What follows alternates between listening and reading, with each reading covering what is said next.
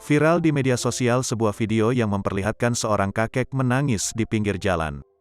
Kakek yang diketahui berusia 70 tahun itu sedih soal dagangannya. Pasalnya, nasi jagung yang dijualnya belum juga laku. Kisah haru kakek tersebut pun viral di media sosial setelah diunggah akun TikTok @adeseptian. Rupanya pemilik akun tersebut tak sengaja bertemu sang kakek penjual di jalan sekitar Sidoarjo.